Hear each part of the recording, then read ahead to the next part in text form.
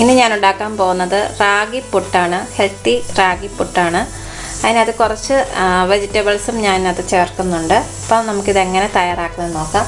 അതിനായിട്ട് ഞാൻ ഒരു അര കപ്പ് റാഗിയാണ് എടുത്തിരിക്കുന്നത്.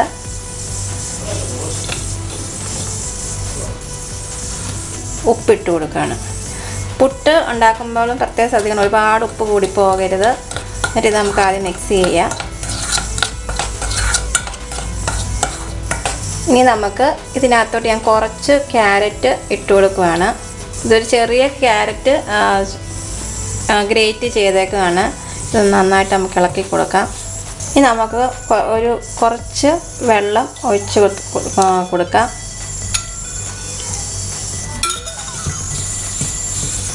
നമുക്ക് ഇതാണ് എൻ്റെ പാകം. ഇങ്ങനെ പിടിക്കുമ്പോൾ ഇത് നന്നായിട്ട് ഉരുളയാകണം. പിടിവയ്ക്കുമ്പോൾ ഇങ്ങനെ ലൂസായി പോകണം. ഇതാണ് എൻ്റെ ഒരു പരുവം. ഇനി നമുക്കിത് പുട്ടുകുറ്റിലോട്ട് ഇട്ട് കൊടുക്കാം. അതിനകത്ത് ഞാൻ ഈ ചെറിയ ഒരു പുട്ടുകുറ്റിയാണ് എടുത്തിരിക്കുന്നത്. അതിലോട്ട് നമുക്ക് ആദ്യം കുറച്ച് തേങ്ങ ഇട്ട് കൊടുക്കാം. അതിൻ്റെ മുകളിലായിട്ട്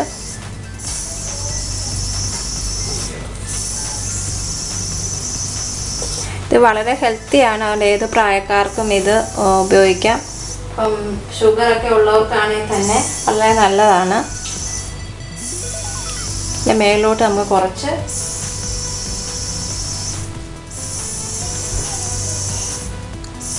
തേങ്ങയും കൂടെ ഇട്ട് കൊടുക്കാം. അപ്പം ഞാൻ എടുത്ത അളവിലാണെങ്കിൽ ഇത് 2 പേർക്ക് ഇനി ഒരു പുട്ടുകുറ്റി ഉണ്ടാകാനുള്ള ഇതിരിപ്പുണ്ട്. നമുക്കിത് അടച്ചു വെച്ചിട്ട് രുചികരമായിട്ടുള്ള കുക്കർ ഇതിനകത്തുനിന്ന് ആവി വരുമ്പോഴത്തേക്ക് നമുക്ക് ചിരട്ടപ്പുട്ട് എടുത്ത് വെക്കാം. വളരെ സിമ്പിളായിട്ട് എളുപ്പത്തിൽ തയ്യാറാക്കാവുന്ന ഒരു ബ്രേക്ക്ഫാസ്റ്റ് റെസിപ്പി തന്നെയാണ്. ബ്രേക്ക്ഫാസ്റ്റ് അല്ലെങ്കിൽ ഡിന്നറിനാണേലും നിങ്ങൾക്ക് ഇത് റാഗി പുട്ട് ഉണ്ടാക്കാം. മീഡിയം തീയിൽ ഇട്ടാൽ മതി. അതിന് ശേഷം അപ്പോഴത്തേക്ക് ഇത് റെഡിയാവും. ഇത് നന്നായിട്ട് ഇതിനകത്തോട്ട് ആവി വരുന്നതാണ്. നല്ലൊരു ആവി വന്നതിന് ശേഷം ഇത് തീ ഓഫ് ചെയ്യുന്നതിന് ഒരു കറക്റ്റ് ഇത്ര മിനിറ്റും കൊണ്ട് ഇത് റെഡിയാകും എന്ന് നമുക്ക് പറയാൻ പറ്റത്തില്ല. നന്നായിട്ട് ആവി വരുന്ന ഒരു മീഡിയം തീയിൽ 2-3 മിനിറ്റ് മതിയായിരിക്കും. ഇത്രയും മതി കൊണ്ട് നമ്മുടെ പുട്ട് റെഡിയാകും. അതുപോലെ ഞാൻ കടലക്കറി ഉണ്ടാക്കിയിട്ടുണ്ട്. നിങ്ങൾ റാഗി പുട്ടിന് പഴവുമായിട്ട് നിങ്ങൾക്ക് വേണമെങ്കിൽ കൂടെ കഴിക്കാം. അതല്ല എങ്കിൽ കടലക്കറി കഴിക്കാം. ഡോണ കിച്ചൻ്റെ കടലക്കറി ഞാൻ നേരത്തെ ഇട്ടിട്ടുണ്ട്. അത് കാണാത്തവർ അതും കൂട്ടി നിങ്ങൾ കഴിക്കുക. ഇപ്പം അത് നന്നായിട്ട് ആവി പറക്കുന്നുണ്ട്. നിങ്ങൾക്ക് അത് കാണാൻ പറ്റുമെന്ന് കുറച്ചായിട്ട് ഇവിടെ നിങ്ങൾക്ക് ക്യാമറയിൽ കാണാൻ പറ്റുമെന്ന് അറിയത്തില്ല. കാരണം ഞാനിതിപ്പോൾ ഷൂട്ട് ചെയ്തേക്കുന്നത് ഈവനിങ് ആണ്. ഞങ്ങൾക്ക് രാത്രിയിലെ ഭക്ഷണമായിട്ടാണ് ഞാനിത് ഉണ്ടാക്കിയേക്കുന്നത്.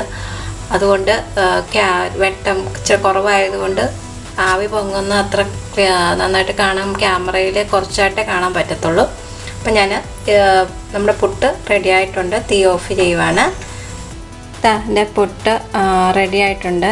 നമുക്കിത് സെർവിങ് പ്ലേറ്റിലോട്ട് വെള്ളം മാറ്റാം.